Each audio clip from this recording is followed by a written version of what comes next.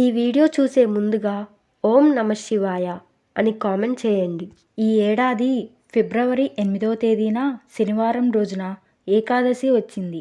హిందూ మతంలో ఏకాదశికి ఎంతో ప్రాముఖ్యత ఉంది. ప్రతి ఏడాది మాఘమాసంలో శుక్లపక్షంలో వచ్చే ఏకాదశిని భీష్మ ఏకాదశి అంటారు. అయితే ఈ ఏకాదశి నాడు కొన్ని పరిహారాలను పాటించడం వల్ల ఇంట్లో డబ్బుకు లోటు ఉండదు, మీ సంపద రెట్టింపు అవుతుంది, అలాగే డబ్బు కష్టాలన్నీ తీరిపోతాయి. అయితే ఏకాదశి నాడు ఏ పరిహారాలు పాటించాలో ఇప్పుడు మనం ఈ వీడియోలో చూద్దాం. ఏకాదశి నాడు తులసి చెట్టుకు పూజ చేయడం వల్ల ఎన్నో ప్రయోజనాలు కలుగుతాయి. ఈ పర్వదినాన తులసి మొక్క దగ్గర నెయ్యి దీపం వెలిగించి ఓం విష్ణువే నమః అనే మంత్రాన్ని జపించాలి. ఈ పరిహారం పాటించడం వల్ల మీ జీవితంలో ఆనందం, శ్రేయస్సు, సానుకూల శక్తి పెరుగుతుంది. ఏకాదశి రోజున ఉపవాసం ఉండడం వల్ల దారిద్ర్యం తొలగిపోయి ఐశ్వర్యం, ఆరోగ్యం లభిస్తుందని పురాణాల్లో పేర్కొనబడింది. హిందూ గ్రంథాల ప్రకారం శ్రీకృష్ణుడు ధర్మరాజు యుధిష్ఠిరునికి భీష్మ ఏకాదశి రోజున ఉపవాసం ఉండాలని చెప్పాడు. అందుకే ఈ రోజున శ్రీ మహావిష్ణువును పూజిస్తారు. విష్ణువుతో పాటు లక్ష్మీదేవిని, తులసి చెట్టును పూజించాలి. మీరు ఆర్థిక సమస్యలతో ఇబ్బంది పడుతుంటే ఏకాదశి రోజున పూర్ణ భక్తితో ఇంట్లో పూజ చేయండి. తర్వాత తమలపాకులపై ఓం విష్ణువే నమః అని రాసి పూజ గదిలో పెట్టండి. మరుసటి రోజు ఈ ఆకును పసుపు గుడ్డలో చుట్టి డబ్బు పెట్టే ప్రదేశంలో పెట్టండి. ఇలా చేస్తే మీకున్న డబ్బు సమస్యలు తీరిపోతాయి. ఏకాదశి నాడు శ్రీ మహావిష్ణువు అనుగ్రహం పొందడానికి స్నానపు నీటిలో చిటికెడు పసుపు కలుపుకొని స్నానం చేయండి. స్నానం చేసిన తర్వాత పసుపు రంగు దుస్తులు ధరించాలి. ఇలా చేయడం వల్ల విష్ణుమూర్తి ఆశీస్సులు మీపై ఉంటాయి. తద్వారా మీ ఇంట్లో ధన ప్రవాహం విపరీతంగా పెరుగుతుంది. అప్పులతో బాధపడుతుంటే రుణ విముక్తి కోసం ఏకాదశి నాడు రావి చెట్టుకు నీరు సమర్పించండి. సాయంత్రం రావి చెట్టు కింద దీపం వెలిగించండి.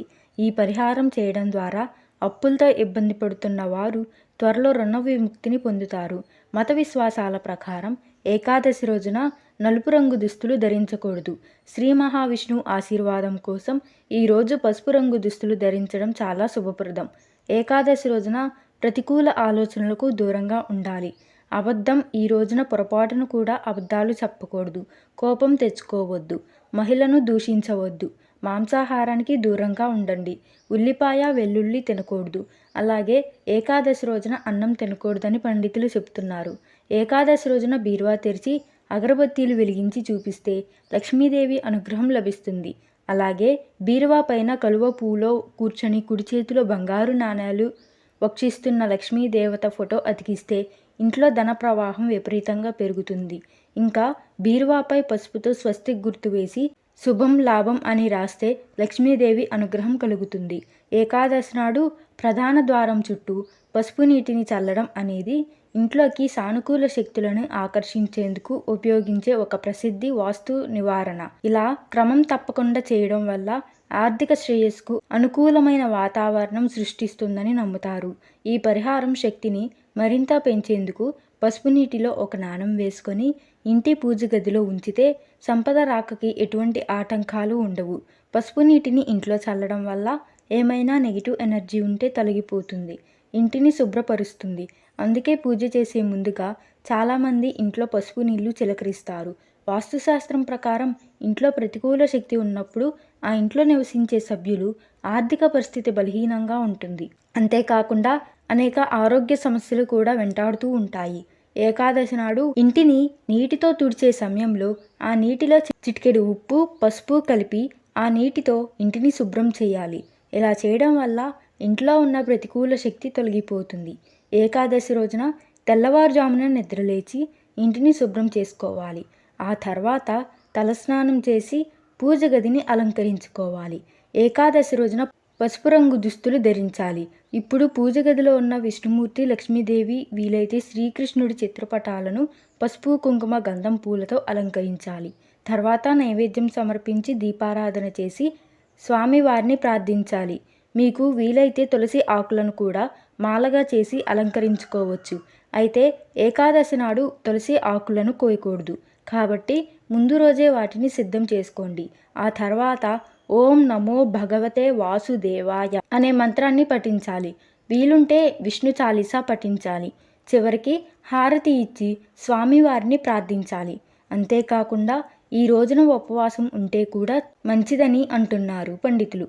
ఏకాదశి నాడు ఎవరైతే ఇలా చేస్తారో వారి ఇంట్లో ఐశ్వర్యం పెరుగుతుంది. అలాగే మీ జీవితంలోని కష్టాలు తీరుతాయి. ఏకాదశి నాడు అన్నం ఎందుకు తినకూడదో ఇప్పుడు మనం తెలుసుకుందాం. పురాణాల ప్రకారం మహర్షి మీద మాతృదేవత కోపం నుండి తనను తాను రక్షించుకోవడానికి తన శరీరాన్ని విడిచిపెట్టాడు. దీని తర్వాత మహర్షి శరీర భాగాలు భూమిలో కలిసిపోయాయి. విశ్వాసాల ప్రకారం మహర్షి శరీర భాగాలను ఖననం చేసిన ప్రదేశంలో బియ్యం, బార్లీ పెరిగాయి. ఈ కారణంగా బియ్యం ఒక మొక్కగా పరిగణించబడదు, కానీ జీవన రూపంగా పరిగణించబడుతుంది. మహర్షి మీద భూమిపై మరణించిన రోజు ఏకాదశి. ఈ కారణంగా ఏకాదశి రోజున అన్నం తినడం నిషేధించబడింది. మీకు ఈ వీడియో నచ్చినట్లయితే ఓం నమః శివాయ అని కామెంట్ చేసి లైక్ చేయండి. మరిన్ని వీడియోల కోసం ఈ ఛానల్ని సబ్స్క్రైబ్ చేసుకోండి.